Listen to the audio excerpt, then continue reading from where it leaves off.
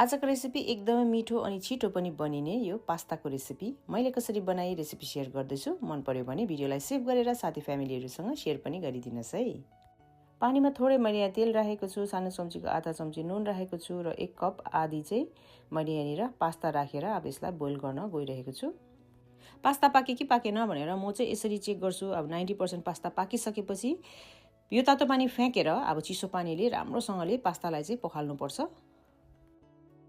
Ready भएको पास्तालाई साइडमा राखेर कराईलाई राम्रोसँगले तताइसकेपछि यसमा ठुलो चम्चीको 3 चम्ची तेल मैले यहाँनिर खराउन गइरहेको छु।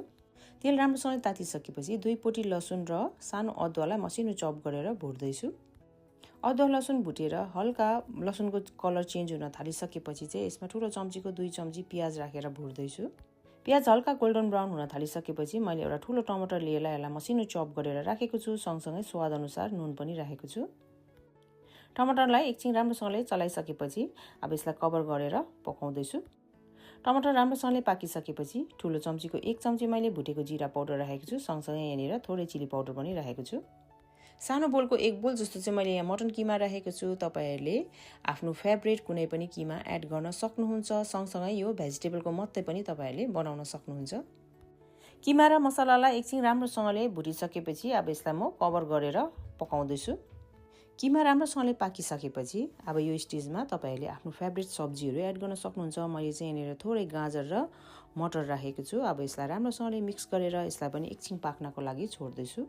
सब्जी पनि राम्रोसँगले पाकेर रेडी भइसकेको छ। अब यो स्टेजमा मैले ठुलो चम्चीको 1 चम्ची टमेटो केचप सँगसँगै सानो चम्चीको 1 चम्ची चाहिँ यो टमेटो पेस्ट राखेको छु। यो अप्सनल हो। अब यो सबै राखेको सामग्रीलाई पनि एकपल्ट राम्रोसँगले मिक्स गरिसकेपछि मैले बोइल गरेर साइडमा राखेको पास्तालाई एड गरेर अब यसलाई पनि ससमा राम्रोसँगले मिक्स गर्नुपर्छ। पास्तालाई ससमा राम्रोसँगले मिक्स गरिसकेपछि मैले माथिबाट थोरै मसिनो चप गरेको धनिया पनि राखेको छु। अब यसलाई पनि राम्रोसँगले मिक्स गरिसकेपछि पास्ता चाहिँ रेडी छ सर्भ गर्नको लागि। इन्जोय गर्नु होला। Thank you so much for watching.